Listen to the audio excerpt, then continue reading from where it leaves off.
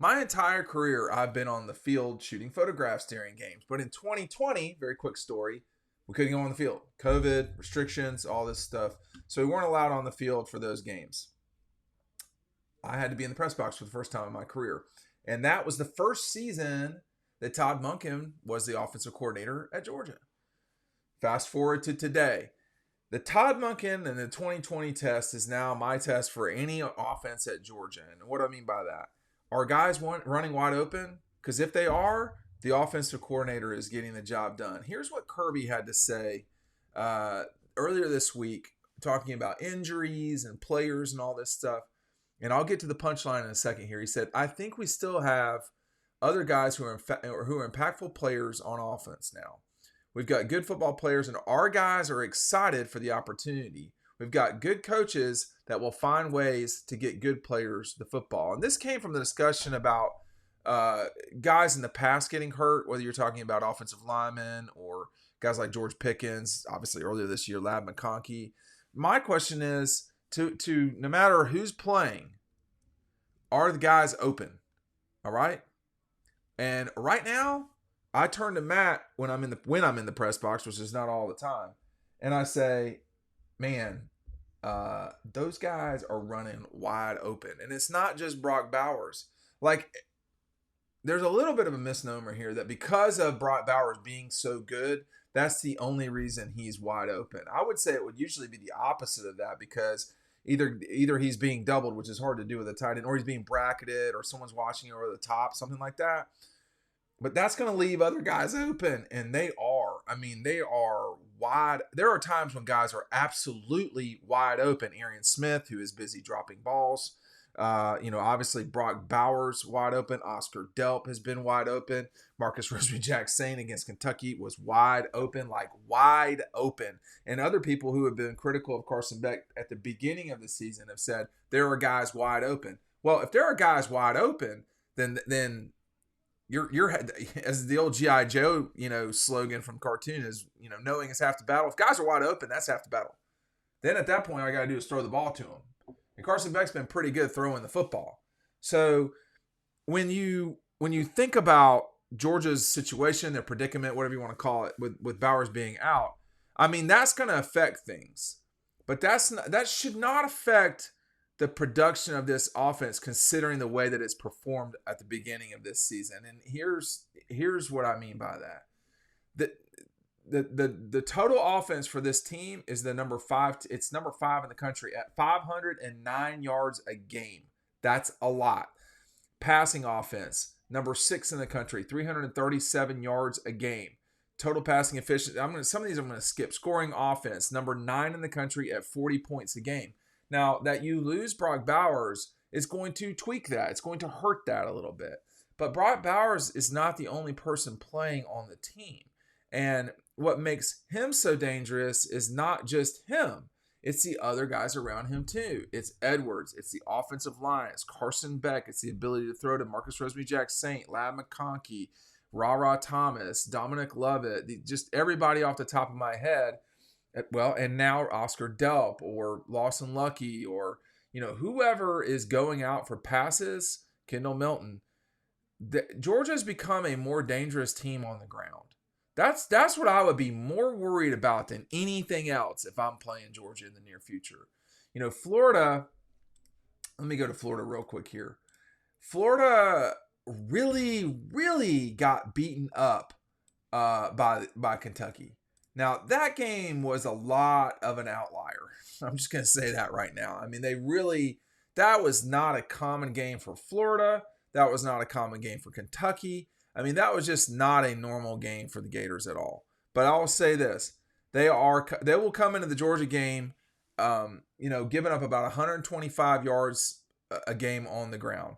That's not that bad, but some of the teams they've played have, obviously Utah runs it.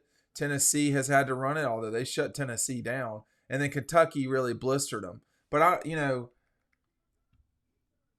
don't know if that Florida situation is going to, like, Georgia's just going to be able to turn around and go for 300 yards. I'm not sure about that. Florida's defense is okay. Top 20 nationally in total defense, 312 yards. But they really got gashed against Tennessee, against Kentucky, and I don't know if that's a normal way to kind of look at the Gators. I mean, Florida in general is a relatively average team. They really played well against South Carolina to win that game. They earned a loss in that one, but they bought a win, however you want to put it. They were totally decimated and destroyed by Utah and Kentucky. They did not play well against Charlotte. So they have been extremely up and down. Down against Utah, pretty good against McNeese and Tennessee, particularly against Tennessee. Kind of down against Charlotte and Kentucky. And then pretty solid showings against Vanderbilt, 38-14, and South Carolina with the come from behind win on the road, 41-39. So maybe, I don't know. I mean, they're very up and down. I don't know if we can really say Georgia's up and down. I mean, they did not play well against Auburn. But, UT Martin and Ball State, those were both absolutely lopsided wins. Those were, almost 100-10 wins. Georgia against South Carolina, a really good second half, scoring 21-0 points, winning 24-14, and then UAB where they destroyed UAB. Obviously, they didn't play great against Auburn, came back to win that game. And then it played pretty well against Kentucky and Vanderbilt these last 2 weeks. If Georgia doesn't go down to Jacksonville and turn it over probably 3 times, they're going to win the game. And they could beat Florida pretty bad. If Georgia plays its normal game and Florida, kind of regresses some as they have shown the ability to do during this season, they're going to be in real trouble, the Gators. Now, what Kirby's pointing out is, we have really good players and we have really good coaches. And I agree with both those things. I think that the one thing that Georgia has that they've made mistakes on are just the turnovers. That's really the biggest thing to me when you look at Georgia. And I'm not going to stop talking about it because it's the most important thing that Georgia's got going today. Is they've turned it over lately too much, like just too much. They're not getting fumbles. They're not forcing fumbles. They're not recovering fumbles. The interceptions are there. But,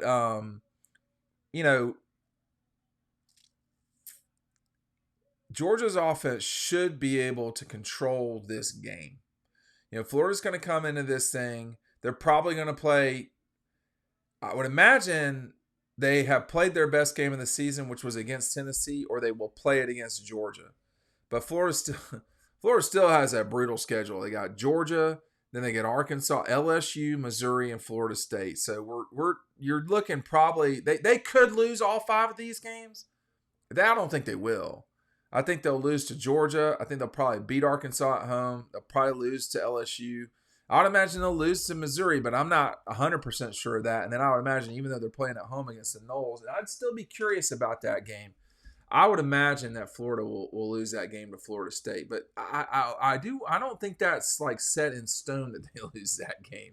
So this is a really important moment for the Gators, and Georgia. And I think back to Kirby's point, we have really good players, really good coaches that can get them the ball. That's really important. I think we still have other guys who are impactful players on offense now. We've got good football players, and our guys are going to be excited for the opportunity. We've got good coaches that will find ways to get good players to football. Georgia's had their off week. They had the ability to work on themselves. They had probably a very inspiring performance, or they had a very inspiring visit with the folks from Extra Special People in Athens. They've had the ability to rest, to reflect, to get better in particular aspects of things. And they're going to come into Jacksonville with, the ability to possibly lock the East down in a way. I mean, it depends on what happens on Saturday with Missouri and Tennessee, but they could have a very sizable lead coming into Jacksonville if things go right. But they'll have to go through Florida. You cannot play at Georgia and expect to have a good season if you lose to the Gators. And a loss to Florida this season would be very much unacceptable, period. So Kirby has really dominated Florida in his time since his first season there. Talking about the 2017 season on, he's had 1 loss. And they lost their starting quarterback during that game. They lost Marcus Trojan Saint during that game, and honestly, Florida just outplayed them and was a better team. But I fully expect Georgia to go down there, get the job done, and leave. I would not, the loss of Bowers hurts. And he's really, that play from a season ago was nuts what he did against Florida. But Florida's really played well back-to-back seasons against Georgia in the first half, particularly. Well, not necessarily in the first half. In the first half in 21, they played really well. It was the third quarter of the 22 season that was really the separator there. So if Georgia thinks that Florida's just going to roll over there and die, I don't think that's the case. Part of me thinks that because of the way that Florida came back against South Carolina to win that game, and they may feel like they've got some momentum, but they got a real problem on their hands. The Georgia Bulldogs are coming to town.